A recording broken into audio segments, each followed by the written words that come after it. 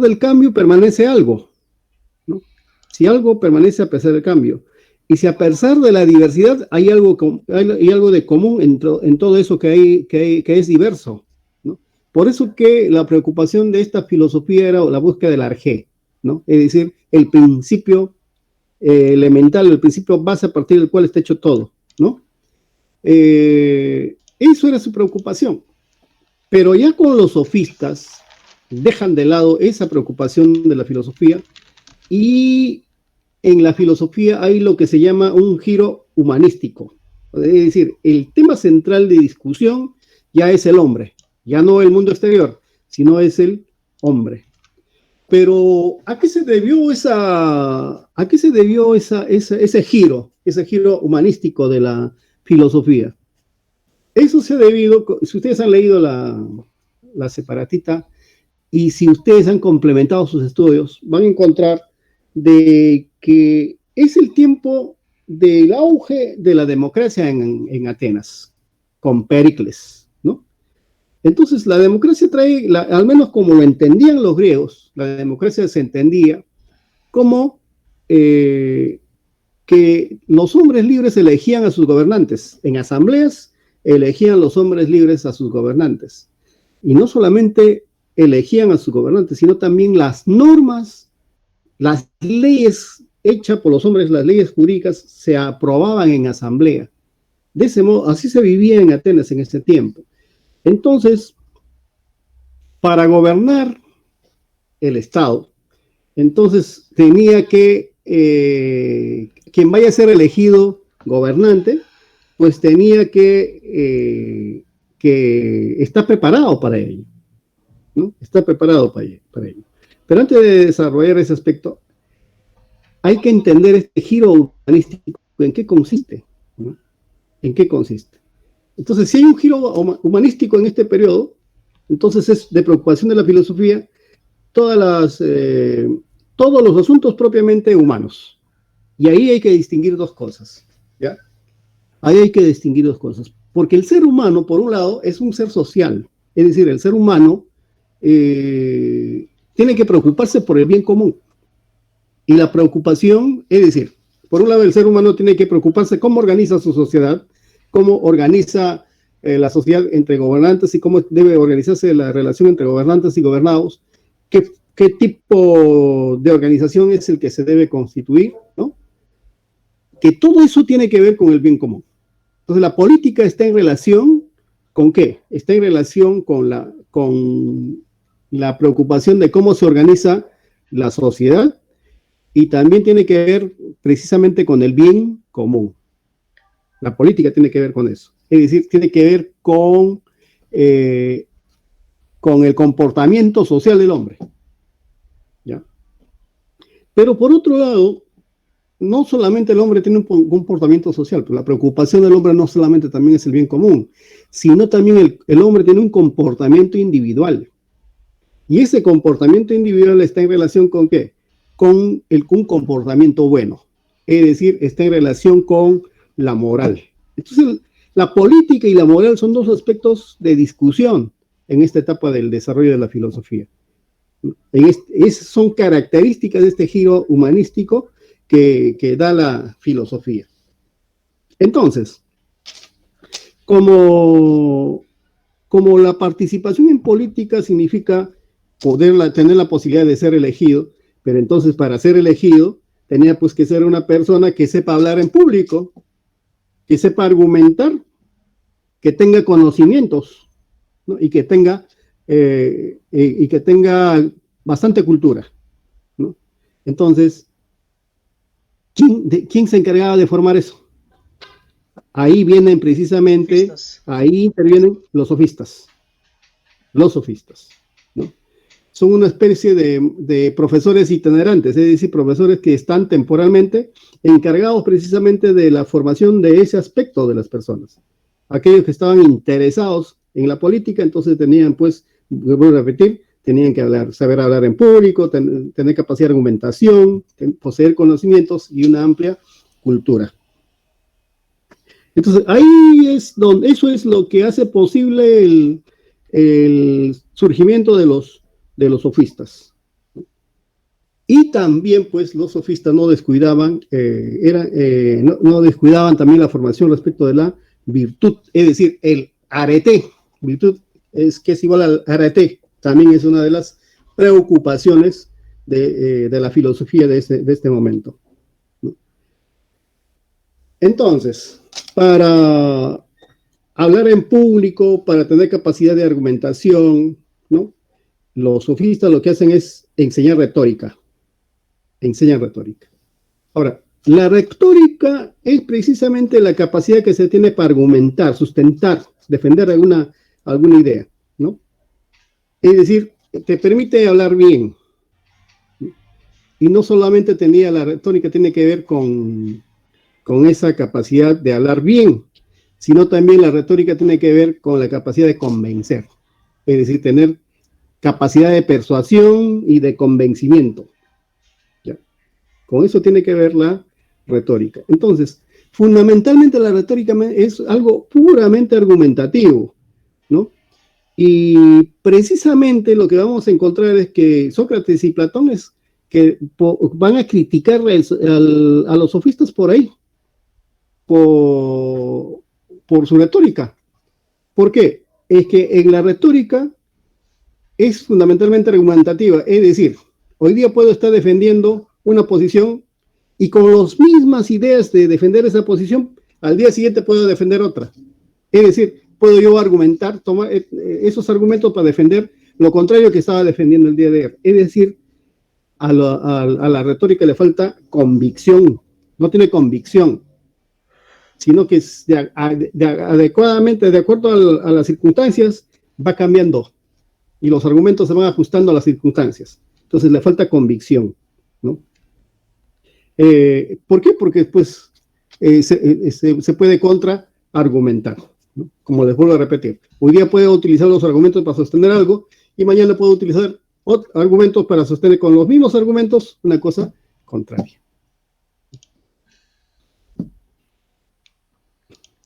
El otro elemento que hay que tener en cuenta es respecto de las leyes, como les estaba manifestando también, las leyes humanas, ¿no? Acá hay que hacer una distinción interesante. Para algunos filósofos presocráticos, como el caso, por ejemplo, como el caso de Heráclito, ¿no? Heráclito es un filósofo que se va a preocupar de explicar filosóficamente el mundo exterior. Y Heráclito es claro respecto al mundo exterior. ¿Qué nos dice? Ese mundo exterior, la realidad es cambiante, puede decir Heráclito, es cambiante. Pero lo que subyace a toda esa diversidad que existe en el mundo exterior y toda esa diversidad que es cambiante, dice, subyacente a toda esa diversidad, hay algo que es común a todo eso que es diverso, la contradicción. Eso es lo que dice Heráclito. Es decir, la contradicción no se muestra a los sentidos, pero está oculto en toda cosa que cambia. Eso es lo que dice Heráclito. Está oculto en toda cosa que cambia. Y lo que hace posible que las cosas cambien, precisamente dice Heráclito, es la contradicción. ¿Ya? Entonces, el mundo exterior, para Heráclito, sigue un proceso necesario. Es decir, hay lo que se llama, pues, está movido por leyes, ¿no? Por leyes naturales, leyes que mueven el desarrollo de ese mundo exterior. Son leyes naturales, ¿no? Entonces, todo tiene un proceso necesario, según los presocráticos. ¿Ya? Entonces, sin embargo, las leyes humanas, los sofistas se dan cuenta que las leyes humanas son algo convencional, es decir, se dan por acuerdo de las personas libres, de los hombres libres, se dan por acuerdo, es convencional, no obedece a ningún proceso necesario. Pero no solamente es convencional, sino también es relativo. ¿Por qué?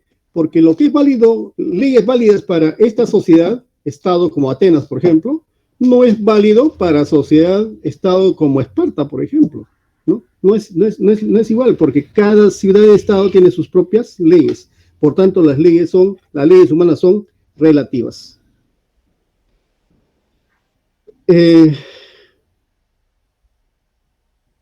¿Qué más encontramos acá respecto de las...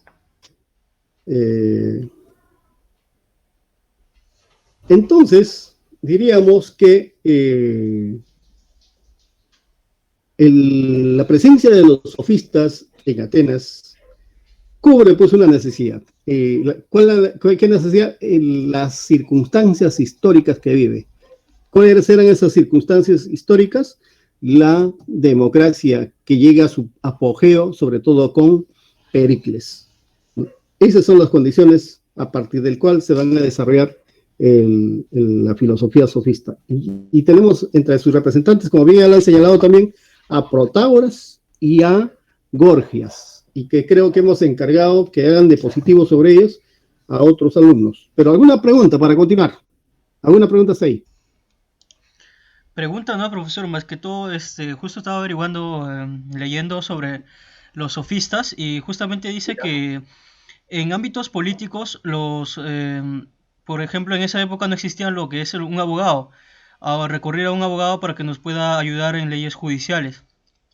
Cuando Ya. uno era llamado para un juicio, él debía ser capacitado para tener esa habilidad de persuasión y probar que era inocente, para lo cual tenía que recurrir a los sofistas. Estos sofistas practicaban el arete, como usted dijo, el arte de la virtud, para poder, ¿cómo se llama?, ayudarles de algún modo. El arte de la persuasión, el arte de la oratoria, el arte de hablar en público y justamente todo ello, más que todo surge como una necesidad para un fin. Y justamente, profesor, ahí creo que sale lo que nosotros conocemos el desarrollo o el auge del relativismo, profesor. ¿O me equivoco? Sí, no, no, sí, claro que sí. Ah, claro, Ahí, su máximo representante es ¿cómo se llama? Gorgias. Protágoras y Gorgias. Protágoras, justamente eso. Eso Sí. sería todo, profe. Ya, muy bien. ¿Alguien más desea comentar algo, preguntar algo? Bien. Bien, ahora sí. Continuamos entonces. Caballero Camargo está, ya logró conectarse. Sí, profesor, estoy aquí, pero igual sigo teniendo algunos problemas de conexión. Ya, señorito, ¿usted sobre qué tenía que exponer? Protágoras. Voy a exponer sobre Protágoras. Sobre Protágoras, ya. ¿Puede compartir su pantalla?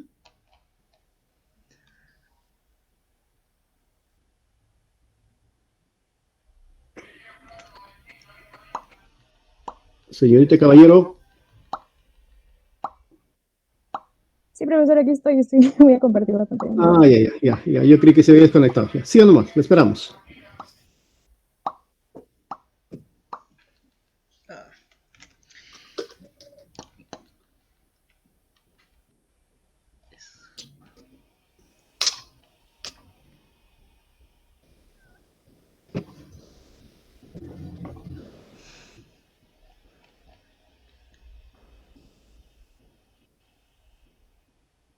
No sé por qué no me permite compartir PowerPoint. Ya. Me permite compartir A ver, yo voy a abrir su PowerPoint, ¿ya? A ver, yo lo voy a hacer. Un ratito. Sí, profesor, por favor.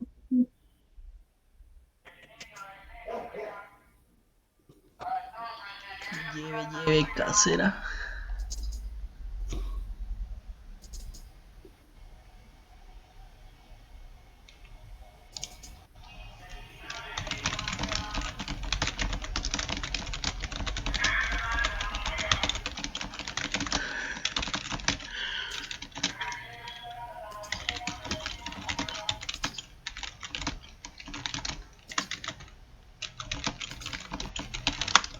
¿Ahí lo ven? ¿Lo ven en la diapositiva? Sí, profe, sí. Ah, muy bien. Aquí inicia. Ahí está, señorita, su diapositiva. Señorita Caballero, explíquelo, por favor.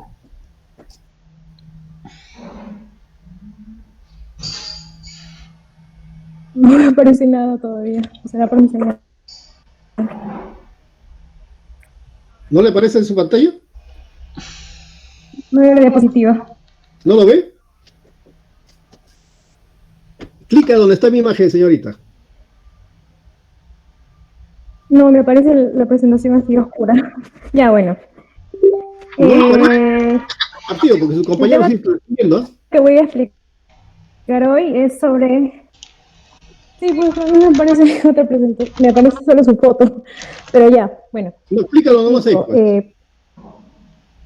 Protagoras fue ya, sí. A ver, un Protagoras ratito. fue A ver, un el resto de ustedes sofista. están observando un ratito, señorita. ¿Están viendo la diapositiva? Sí, profesor. Sí. Sí, normal. Es Sí, que de sí. ella es Sí, celular, profe. profesor, y celular Yes. de seguro no lo permite. Su celular no tiene, de repente no. Ya, explícanos, señorita.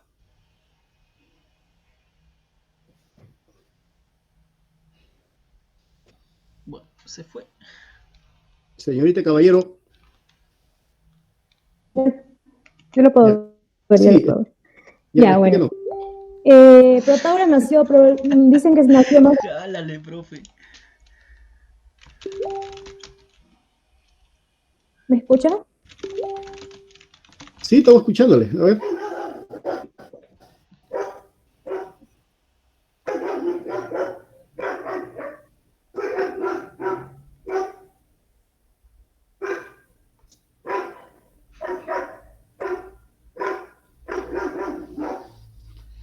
Wow, se va a desconectar. Jálale, profe.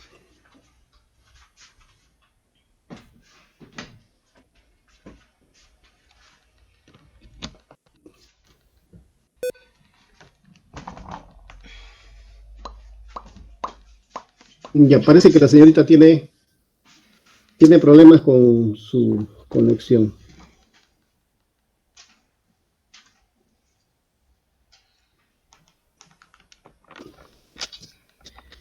A ver, Merma Coica, ¿está?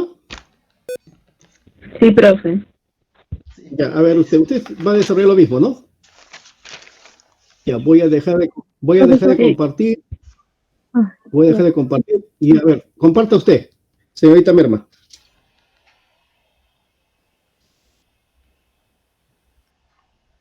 Profesor, ¿me podría aceptar? Porque yo estoy utilizando mi celular, Ya, no mi a ver, laptop.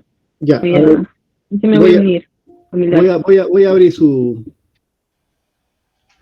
voy a abrir su diapositiva. A ver.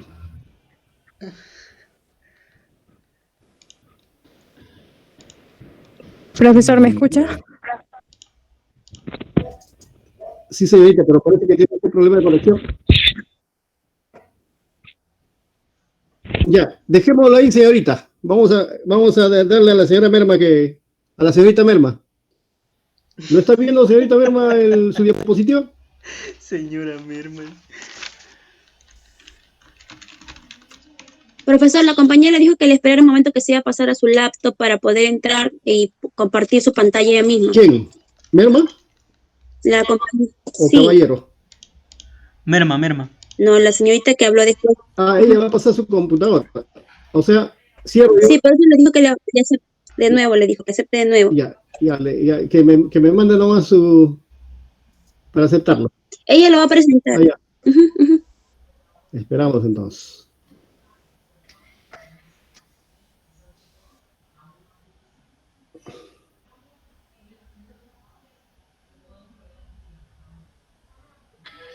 Profesor, mientras esperamos, ¿puedo probar si puedo compartir mi pantalla desde mi celular para que no hayan problemas cuando me toque? A ver, señorita.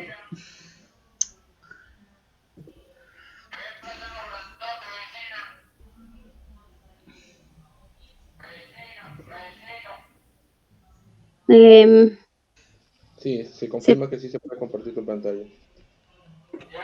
¿Sí se puede ver? Sí, se ve. Sí, se ve. Se ve free. Ah, ya, genial. Entonces, gracias.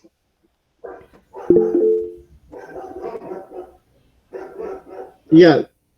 La señorita Merma también tiene problemas. Ya, a ver, señorita, usted, señorita Profesor, aquí Caballero, estoy. ¿no? Sí. Sí, aquí estoy. Ya. Ojalá A que ver, se escuche señorita mejor Caballero. ya. Comparta a ver Ya, bueno. A ver.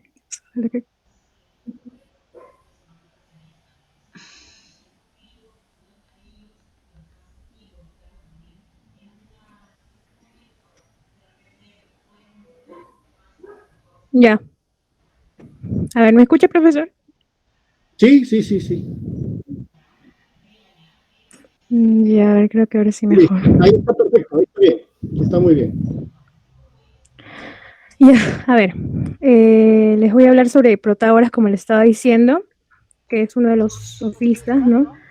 Bueno, Protágoras nació más o menos en 485 antes de Cristo, pero algunas otras personas dicen que nació más o menos en el año 490 antes de Cristo.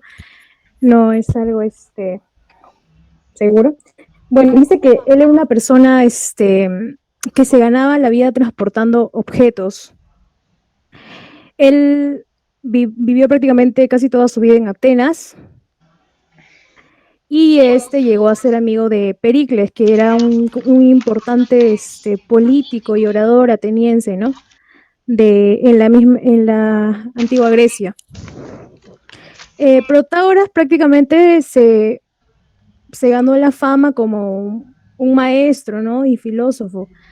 Luego dice, fue el primero en llamarse a sí mismo sofista. Como usted dijo que los sofistas eran intelectuales griegos, ¿no? Que mayormente eran extranjeros, que se ganaban la vida enseñando, sobre todo de una manera retórica y oratoria, ¿no? Enseñaban por las necesidades educativas para formar futuros políticos y todo eso. Por eso que, como mencionó mi compañero hace un rato, se decía que en la antigua Grecia no habían abogados. Por eso que justamente enseñaban la retórica y oratoria para reforzar esos conocimientos, ¿no? Protágora enseñaba todas esas cosas, pero solamente a las personas que pudieran en verdad pagarle, porque no era tan barato en ese entonces, ¿no? Poder contratar clases y más de eso, ¿no? Protágoras tenía la mentalidad que él podía ganar cualquier caso, pero no necesariamente porque tuviera la razón, sino por su persuasión, ¿no? Por la manera de persuadir que pudiera tener la persona, el individuo. Luego, respecto a la frase que dice que el hombre es la medida de todas las cosas, considero que, bueno, esta frase fue sacada de su obra principal que se llamaba La Verdad o Discursos Subversivos, si no me equivoco. Pero bueno, él referente a esta frase decía que nada se puede decir que es falso o nada puede decirse que sea verdadero, ¿no? Que cada uno tenía una manera diferente de poder aclarar esos pensamientos, ¿no? Que por el hecho que yo discrepara con una persona respecto a la veracidad, no necesariamente iban a ser así las cosas. Respecto a lo que dice, defendía que las leyes eran en realidad un freno para evitar la agresividad propia de los seres humanos. Luego dice, criticaba las supersticiones y los ritos religiosos de su tiempo, pero mantuvo siempre una postura agnóstica y esceptiva, mas no atea. Se dice que Protágoras era el primer agnóstico que se había conocido en esos tiempos. Él siempre criticaba, como dice ahí, las supersticiones y los ritos religiosos, porque en ese entonces ellos creían demasiado en los dioses. Él siempre decía que el ser humano no podía tener ideas absolutas, que todo era relativo. O sea, de lo que, como había aclarado antes, de lo que podría ser cierto para mí, podría ser falso para otras personas. Pero en ese entonces muchos, como le digo, creían en los dioses y discrepaban con eso. Por ejemplo, nosotros actualmente creemos mucho en la religión y otros, pero hay algunos filósofos que pueden discrepar con nuestro punto de vista, pero no quiere decir que también nuestras creencias sean falsas, ¿no? Aunque no sean probadas, pero cada uno sabe por qué cree en algo, ¿no? Tiene sus argumentos diferentes. Después decía que no hay leyes mejores que otras, sino leyes más útiles. O sea, Protágoras decía que defendía la teoría que las leyes eran en realidad un freno para evitar la agresividad, como había dicho hace un rato. decía que también no hay una ley única para todos, que las leyes se dan de acuerdo a cada ciudad, de acuerdo a sus comportamientos o problemas o discrepancias que podrían verse, ¿no? Y esto se trata, o bueno, defiende más que nada lo que es el relativismo. Y donde dice, una de sus obras más importantes fue La verdad y sobre los dioses. Estos decían que, bueno, estos fragmentos no se encontraron completos porque él, como tenía la postura agnóstica, sus obras prácticamente fueron quemados, ¿no? Fueron quemadas. Y bueno, los pocos fragmentos que permanecieron con él se perdieron cuando dicen que un barco cuando viajaba se perdió, ¿no? Esos documentos. Pero más que nada, Protágoras se podría decir que fue un filósofo muy importante porque él se enfocó prácticamente en los esfuerzos, pero no de comprender el universo como la mayoría de los filósofos lo hizo, ¿no? Él más se centró en lo que era comprender sobre la conducta humana. Para él era más importante eso, porque algunos filósofos se centraron más que nada, ¿no? Como le digo, en lo que es el universo, cómo se dio, ¿no? Desde el inicio, pero él siempre se sentó, o bueno, tenía la mentalidad de que era más complejo lo que era estudiar sobre la conducta humana. Y bueno, el sofista de Protágoras se dice, no se sabe algo concreto, que al final murió ahogado durante un viaje a Sicilia, cuando huía de acusaciones de impiedad de las que fue objeto en la ciudad de Atenas a la muerte de aquel, porque, como le digo, era una persona que, el primer agnóstico, y todas las personas creían en sus dioses, quizás discrepaban mucho en su forma de pensar, pero siempre se mantuvo claro con sus ideas, ¿no? No, por ejemplo, no decía, oye, lo que dices de los dioses está mal, ¿no? No decía eso, pero siempre se mantenió con la postura agnóstica. Eso sería todo, profesor.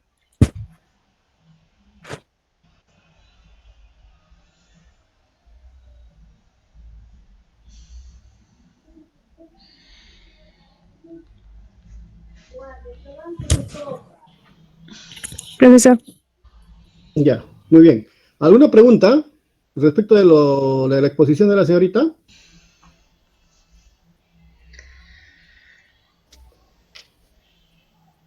Ya, entonces, a ver, ¿ya puede compartir su pantalla la señorita Martínez Lévano? Merma, profesor, se equivocó, Martínez ya expuso. Ah, no, diré Merma, sí. Sí, Merma. profesor. Sí, profe. Sí. Señorita Caballero, cierre su pantalla, deje de compartir para que comparta su compañero. Ya, comparta su pantalla, señorita Merma. Ya, profesorito. Ya. El hombre es en la medida de todas las cosas.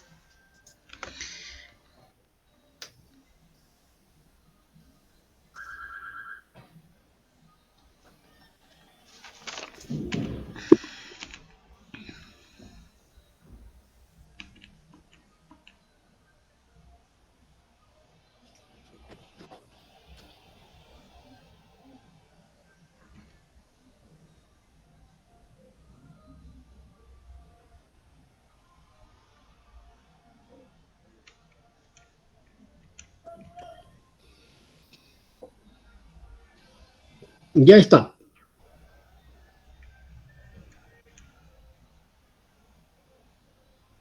Ya, profe. Ya voy a hablar de Protágoras. Ahí estoy besando.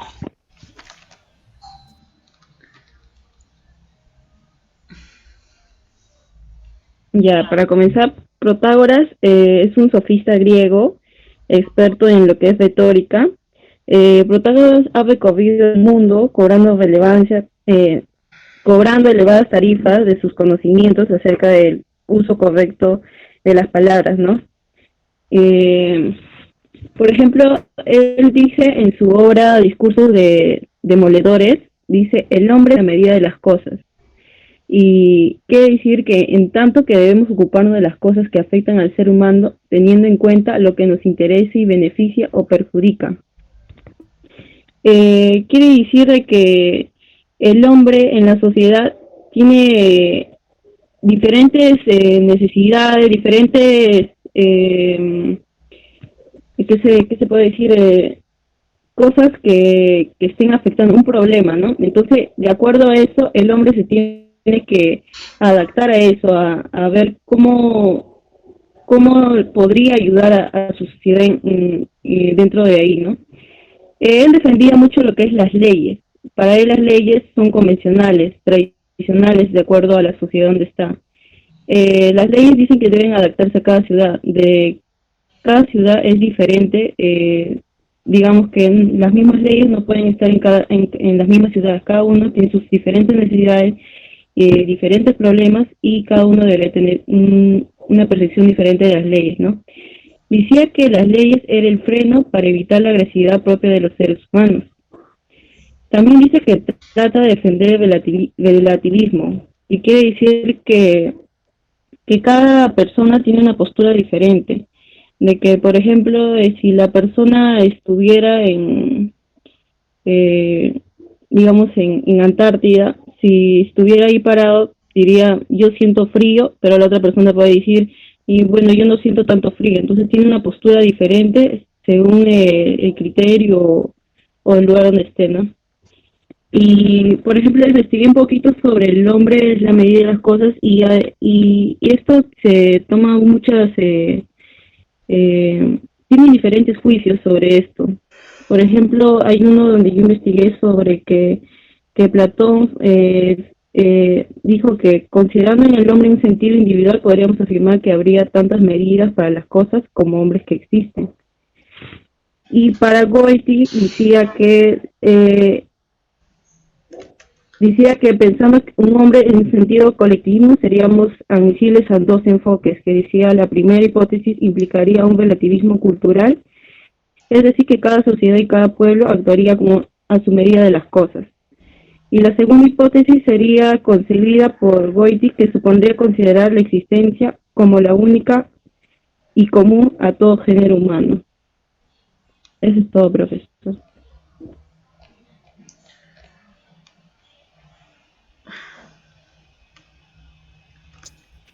Bien, ¿alguna pregunta? ¿Alguna pregunta para las expositoras? Bien, no hay preguntas. Veamos.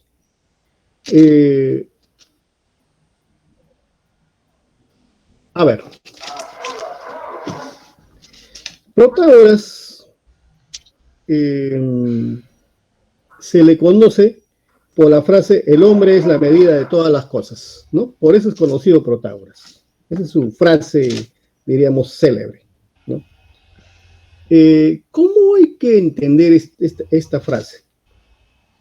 Pero para entender esta frase necesitamos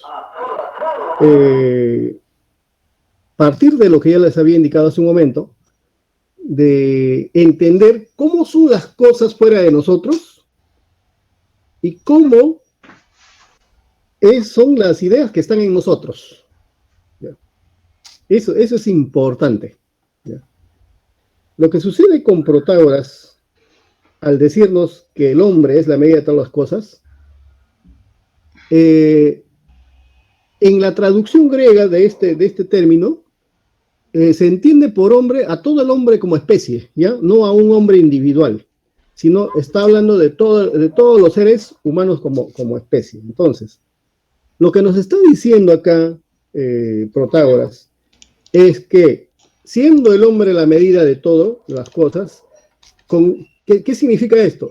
Significa que el mundo exterior existe porque hay alguien que hace que exista, que es el hombre. O sea, el hombre es la condición para que exista el mundo exterior. En otras palabras, tenemos conciencia de ese mundo, o sea, decimos algo de ese mundo porque existe el hombre. Si no existiera el hombre, no habría quien diga algo de ese mundo. En esa medida, Protágoras está sosteniendo de que el hombre es la medida de todas las cosas. Es decir, ese mundo está condicionado a la existencia del ser humano. Por tanto, la preocupación no es el mundo exterior, sino la preocupación, según Protágoras, es el hombre. Y de lo que hay que ocuparse es de todas las cosas que afectan al hombre, ¿no? Es decir, de las cosas que le interesan al hombre, de lo que le beneficia al hombre y de lo que le perjudica al hombre. De eso hay que tratar. O sea, se centra la filosofía en las cosas que afectan al ser humano. Luego también, cuando nos habla del ser humano, lo que dice del ser humano Protágoras es que el ser humano es un ser agresivo. O sea, la agresividad es algo, diríamos, natural del ser humano. ¿Ya? Entonces, para ponerle freno a la agresividad del ser humano, para eso deben establecerse las leyes, ¿no? Pero de las leyes va a decir lo que ya hemos dicho anteriormente, ¿no? Como para Protágoras, ese mundo exterior está condicionado por la existencia del hombre, entonces no existe la justicia natural. No existe una justicia natural, sino también la justicia y la ley es una cuestión convencional. Es decir, es tan convencional que cada ciudad adopta sus propias leyes. Ahora, siendo tan convencional, habrá pues ciudades que tengan buenas leyes, otras ciudades que tengan malas leyes. Habrá esa relatividad, ¿ya? Entonces, el punto principal de la filosofía de Protágoras está en condicionar la existencia del mundo exterior al hombre. Ese es el punto principal. Ahí radica precisamente su relativismo. Su relativismo. ¿Alguna pregunta?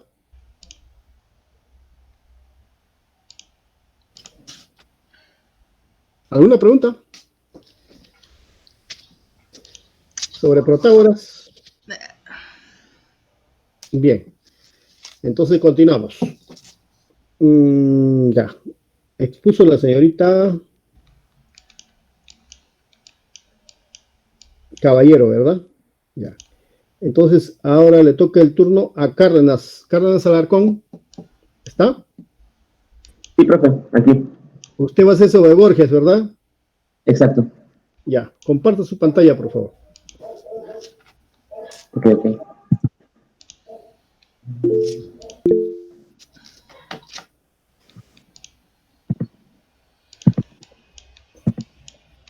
Listo, sí se puede ver, ¿verdad? Ya está compartiendo, sí. Ya está. Genial. Listo. A ver, bueno, en esta ocasión voy a hablar sobre Gorgias, uno de los sofistas, también ya mencionado previamente. Se tiene como dato que Gorgias nació en el 487 hasta el 380 a.C.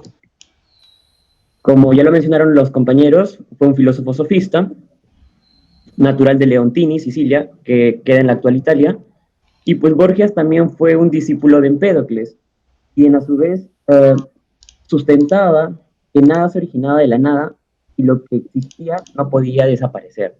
Esta influencia pues va a determinar en el pensamiento que él va a desarrollar más adelante. Fue también el más admirado maestro de la retórica. Así como lo explicaron, los sofistas eran maestros de la retórica y de la oratoria se encargaban de persuadir y convencer, ¿no? A través de la palabra.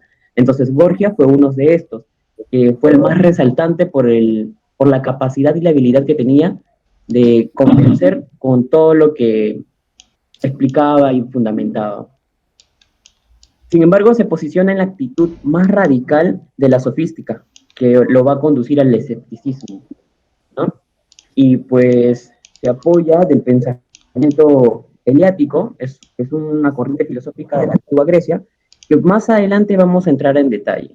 Así algo súper breve también, porque tiene relación con la postura que él tiene. Bueno, en sí, de todas las obras que Gorgias llegó a escribir, no se queda texto fragmentado o edición literaria intacta, debido a X razones. Pudo haber sido que lo hayan quemado, como mencionó una compañera anteriormente, o X motivo, pero su obra es conocida gracias a otros autores que lo han comentado, como es el caso del autor Sexto Empírico. Entonces, su obra, denominada El no ser, plantea 3 tesis. La primera nos dice que nada existe. La segunda, que si algo existiese, no se podría conocer. Y la tercera, si algo se pudiese conocer, no se podría comunicar.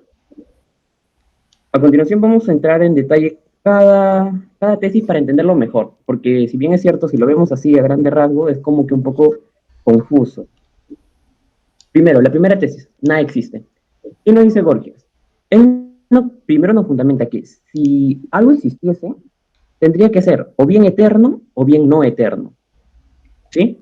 Y si en caso fuese eterno, este algo tendría que ser infinito, ¿no? Porque si ha sido eterno, siempre ha estado y no tendría un fin.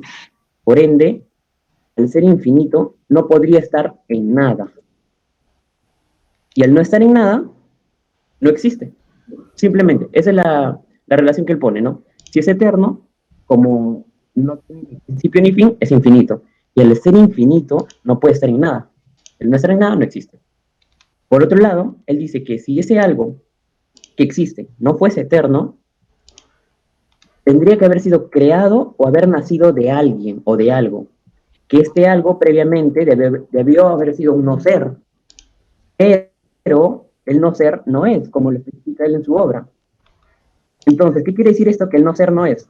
Nos quiere dar a entender que lo que no existe no puede engendrar existencia, ¿no? O sea, si este ser que ha existido, como lo dice, si no fue eterno, debió haber sido creado por otro ser anteriormente, ese ser existente no puede engendrar existencia previa.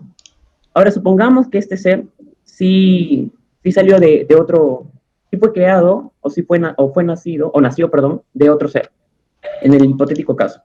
Entonces, ahí se contradice con el pensamiento eleático. Dice que el ser no cambia debido a que es inmutable, ¿no? Y ese pensamiento eleático es uno de los, como lo dijo una corriente filosófica que también se desarrolla en la misma época, ¿no? Justo para defender estas posturas. Siguiendo con la segunda tesis, la cual sostienen que si algo existiese, no se podría conocer. Vamos a partir desde el punto de Parménides, que nos dice que no es posible pensar el no ser. Entonces, ¿qué hace Gorgias? Gorgias dice, ¿no? Ok, analizando lo que Parménides nos dice, que no es posible pensar el no ser, entonces dice, si el no ser no se puede pensar, entonces, por ende, no debería haber error, porque un error es algo que no es, ¿no? Por ejemplo, si yo digo 2 más 2 es 4, es un sustento como que verídico porque sabemos por prueba. Y si yo digo que 2 más 2 es 6, sé que es un error, ¿no? Entonces, si estoy pensando en el error,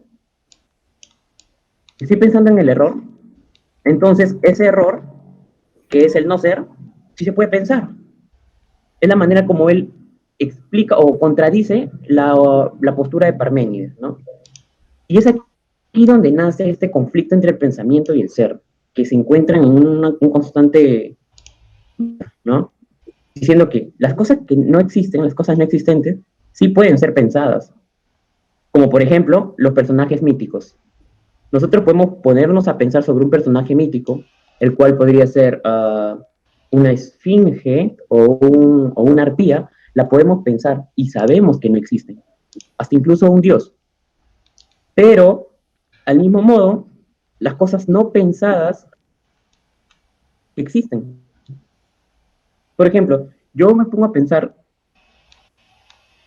poner a pensar en algo que ya existe, porque no estaría pensándolo, estaría sino representando mentalmente la imagen de ese objeto. Por ejemplo, antes de que los celulares se inventaran, los científicos pensaban en un objeto que podrían ayudarnos a comunicarnos a través de largas distancias, ¿no? Enviar fotos, videos, etc. Para ese entonces, como el celular no existía, ellos sí podían pensar en ese objeto inexistente. Pero ahora que nosotros ya conocemos el celular, no podemos decir, estoy pensando en un celular. O sea, en el término de pensar, tal cual. Sino estaríamos como que teniendo la visión o la esquematización mental de lo que es un celular y de lo que conocemos como celular, ¿no? Entonces, es así como se llega a esa postura, ¿no? Y por último, nos dice que si algo se pudiera conocer, no se podría comunicar. ¿Cómo es esto? Nos dice que la palabra no comunica más que sonidos, ¿ok? La palabra lo único que va a comunicar es un sonido. Y que mediante el lenguaje no va a transmitir más colores, sabores, tamaños, solo se va a comunicar el sonido a través de la palabra. Entonces, esto también va a ayudar a que se dé este conflicto entre qué es signo y qué es significado, ¿no? Lo cual nos da a entender sobre la imposibilidad de transmitir la realidad mediante la palabra. Por ejemplo, tenemos acá los signos, ¿no? A, R, B labial, O, L, que si lo juntamos, entendemos por árbol, pero esta palabra no nos va a representar lo que en realidad es un árbol, no sin que nosotros ya lo hayamos entendido o visto o experimentado previamente. Es lo mismo, el mismo caso se da con los idiomas. Por ejemplo, yo presento otra serie de palabras, las cuales no las puse, digamos, ¿no? Serie de palabras en inglés. No sería tan fácil de que muchos lo puedan entender si es que no han tenido una previa experimentación con esta, ¿no? Es el mismo caso también con la palabra Roma, la ROMA.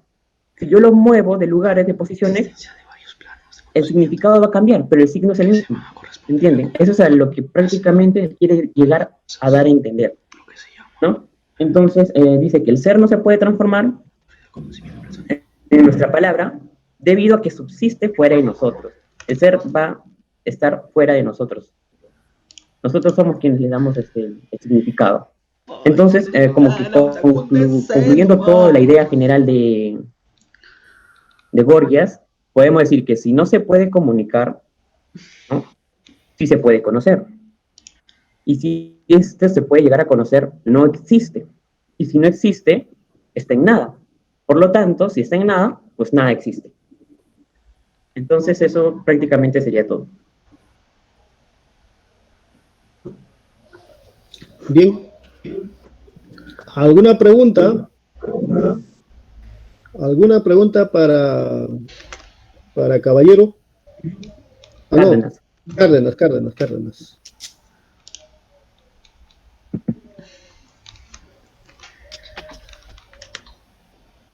¿Ninguna pregunta? Ya vamos a ver después. Ahora, quien trata sobre el mismo tema también es Naveros, ¿verdad? Naveros. Sí, profesor.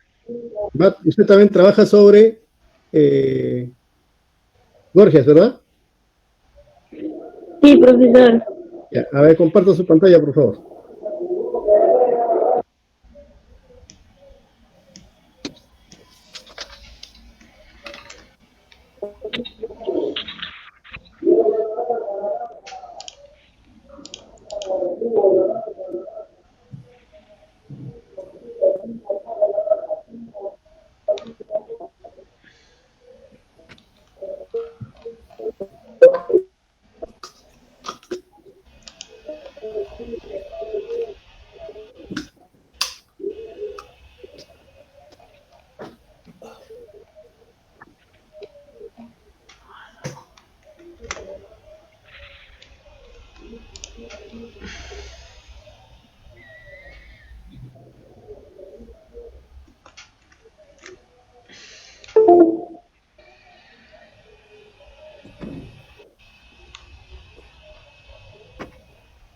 Profesor, ¿puede abrirme el archivo? Porque estoy con celular y no se puede.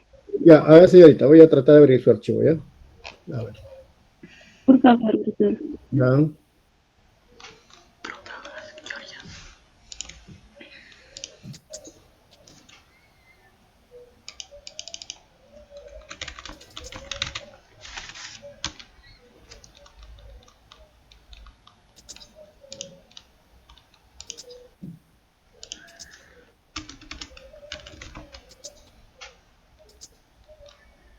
Ahí está, ¿lo ve? ¿Lo ve, señorita? Sí, profesor. Entonces, para adelante.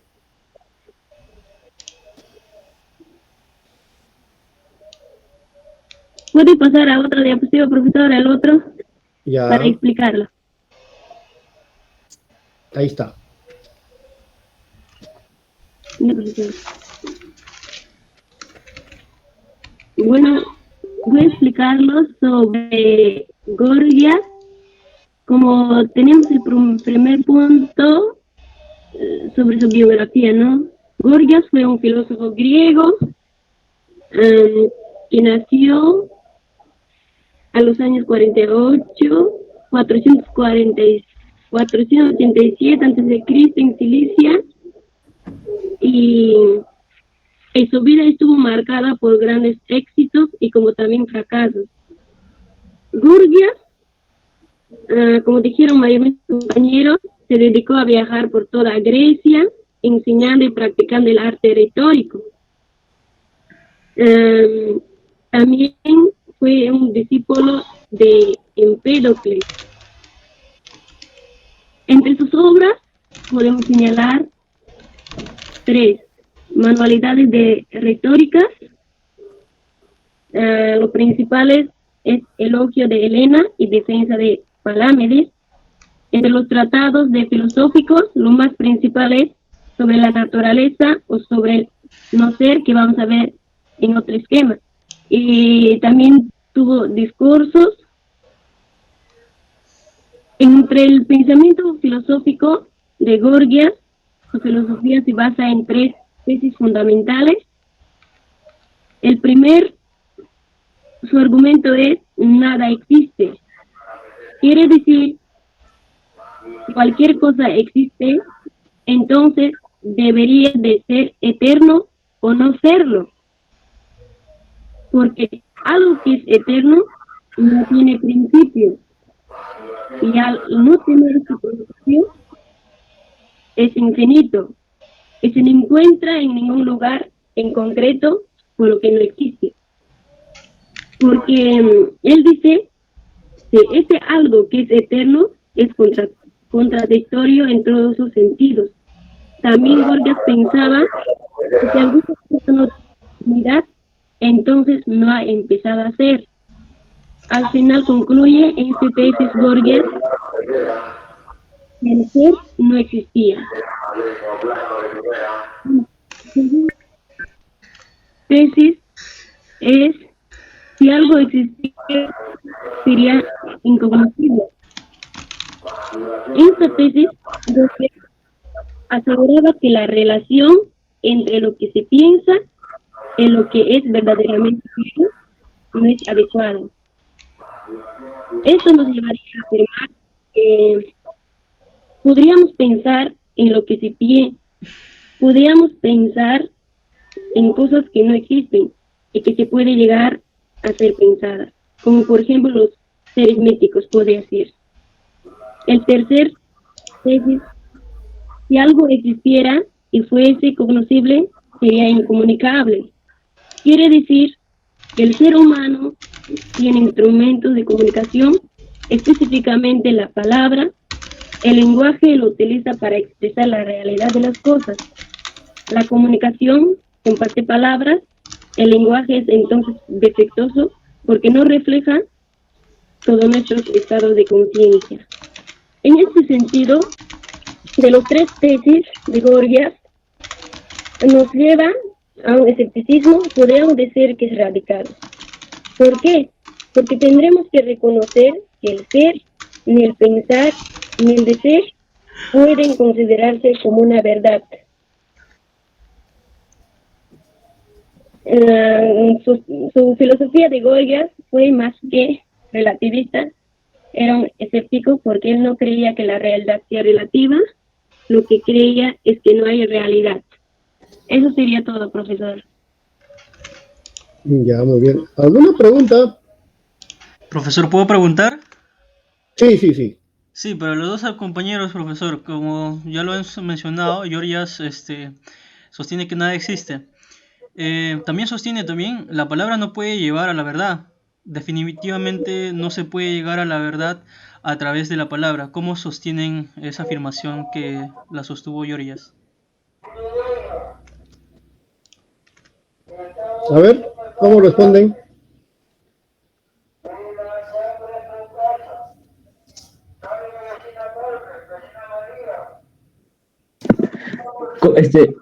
Ciro, ¿podrías repetir tu pregunta, porfa? ¿Cómo dijiste que la palabra no qué? Gorgias sostiene que la palabra no puede llevar a la verdad o llegar a la verdad. ¿Cómo sostienen eso?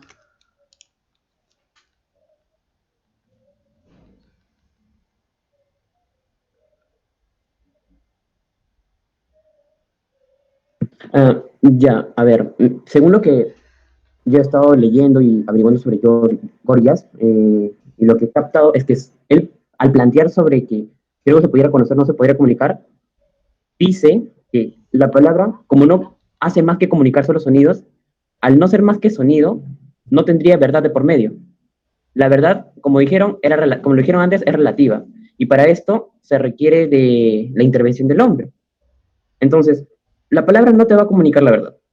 Lo que va a hacer que sea verdad es uno mismo, según sus hechos y lo que se pueda, la manera en la cual lo puede él percibir o entender. Entonces, como dicen, es variable, es relativo. Esa es la manera en la cual yo lo percibo, percibo el punto de vista de Gorgias.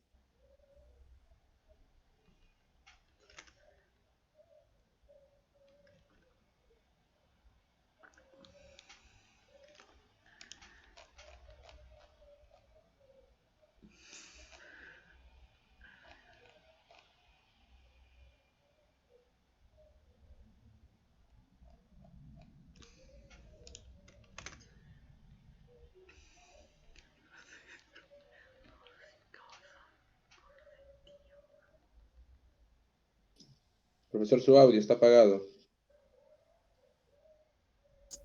Bien, ¿alguna repregunta?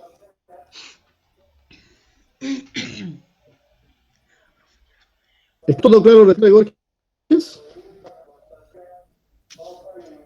Profesor, de repente en un sentido un poquito más masticado, porque de todas maneras, a pesar que nuestros compañeros han expuesto, yo incluso, o sea, aún estoy un poquito como en la imagen que expuso, o sea, no lo tengo muy claro, o sea, o de repente este personaje es muy, se confunde, bueno, no, genera mucha confusión, o de repente ya mi confusión está porque bueno, no logro entender muy bien cuál era prácticamente, de repente su esencia básica, o por ahí usted nos podía ayudar, profesor. Ya, muy bien.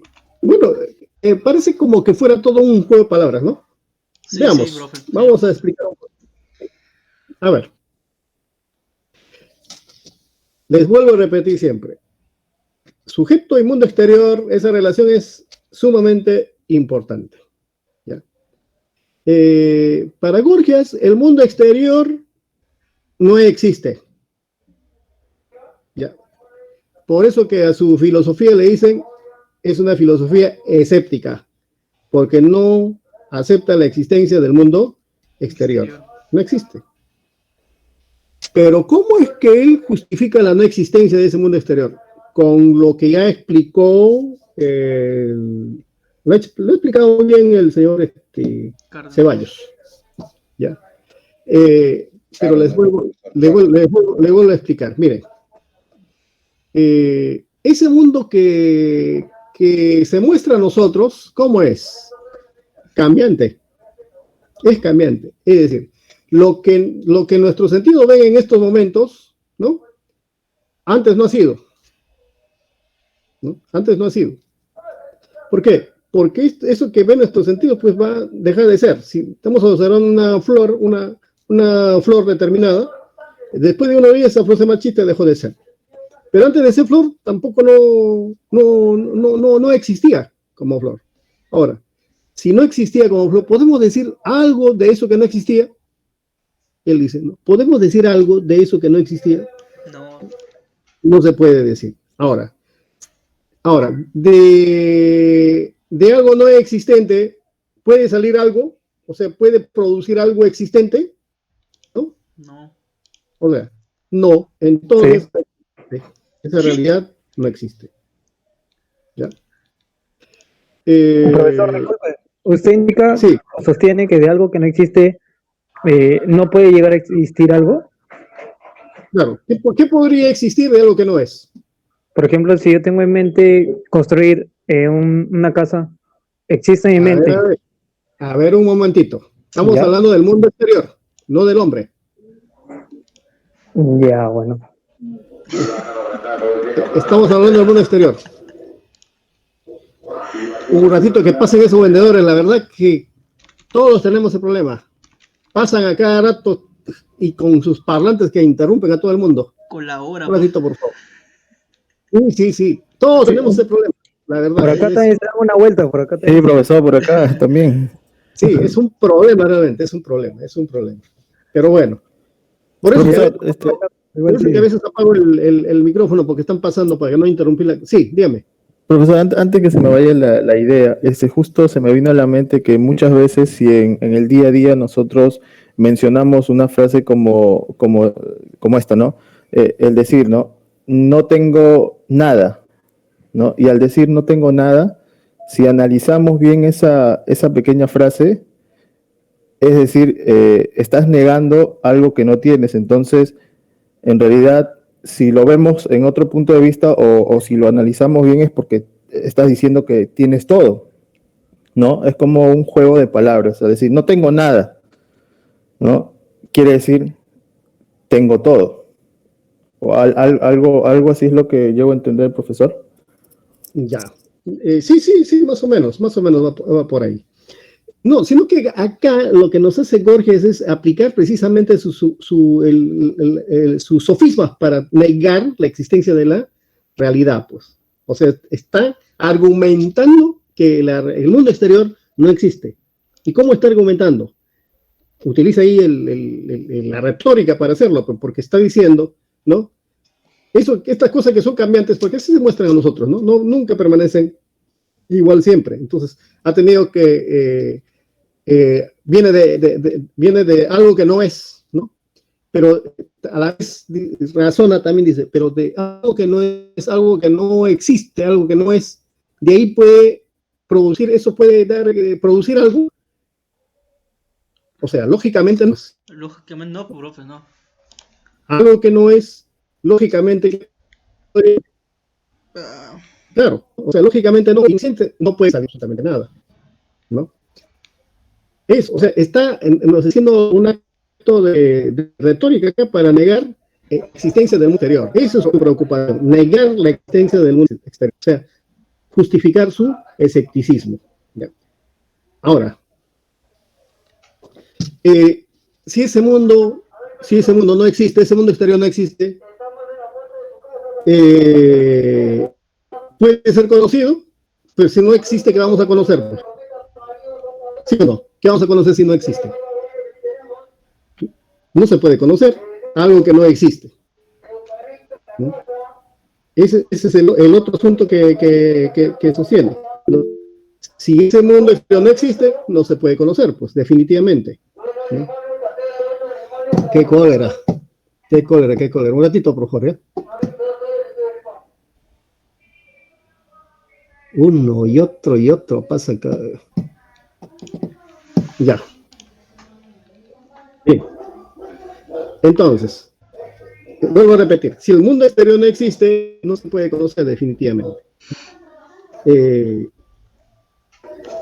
Y si no se puede conocer, ¿qué cosa se puede comunicar de ese mundo exterior? No se puede tampoco comunicar. No se puede conocer ni se puede comunicar el mundo exterior. Entonces, si el mundo exterior no existe, ¿qué queda? Queda el hombre, ¿no? Y ahora, respecto del hombre, acá hay otra distinción, hay una distinción con Protágoras. Acá Borges nos está hablando del hombre individual, no nos está hablando ya del hombre, como habla Protágoras, del hombre como especie humana, sino acá Borges nos está hablando del hombre como un ser individual. ¿Por qué? ¿Ya? Porque nos está diciendo de que ya, si no existe ese mundo exterior, cada hombre crea su propia realidad, construye su propia realidad, pues. Ahí sí encaja la observación que me hacía uno de ustedes, ¿no? Si quieres construir una casa, primero pues lo tienes que idear, tienes que elaborar el plan, ¿no? ¿Ya? Entonces cada hombre construye su realidad. Entonces, como cada hombre construye su realidad, van a existir tantas realidades como hombres existen, ¿no? Entonces, si cada uno tiene su propia realidad, ¿qué cosa puede comunicar al otro? Si el otro tiene también su propia realidad, el otro ser humano tiene su propia realidad, ¿qué cosa se puede comunicar? Entonces, por eso dice, las palabras, usamos las palabras solo para referirnos a nuestra propia realidad. Por eso dice, las palabras solo son para referirnos a nuestra propia realidad. Lo que nos está diciendo es que cada persona construye su propia realidad. Y por eso es que no puede comunicar, porque pues no va a coincidir con la realidad del otro y la realidad del otro. ¿Ya? En eso radica la filosofía de Gorgias. Es decir, en síntesis, niega el mundo exterior. Para negar el mundo exterior justifica con toda esa explicación que ya que lo ha hecho muy bien Ceballos, me parece, ¿no? Cárdenas. Cárdenas, ¿no? Cárdenas Alarcón. Nos ha hecho toda una explicación de todo eso. ¿Para qué? Para negar ese mundo exterior. Y segundo, claro, si ese mundo exterior no existe, pues no se puede conocer. No se puede conocer. Ni se podría conocer porque no existe. ¿Sí? Y por tanto tampoco vamos a poder decir algo de ese mundo exterior. No se puede, no hay nada que decir de ese mundo exterior. Entonces, ¿qué cosa queda? Queda el sujeto. Queda el sujeto. El sujeto que construye su propia realidad. Y cada sujeto construye su propia realidad. Por eso que tampoco se puede comunicar, porque cada uno tiene su propia realidad. Porque las palabras sirven solo para referirse a la realidad de cada uno. Entonces acá, en eso, estamos viendo que hay un escepticismo y también hay un relativismo cognoscitivo, diríamos. ¿Por qué? Porque nos está diciendo que cada persona, cada sujeto construye su propia realidad. ¿Ya? ¿Está claro? Sí, ¿Se entendió? profesor. Sí, comprendido. Perfecto, entonces, listo. Ahora pasamos a trabajar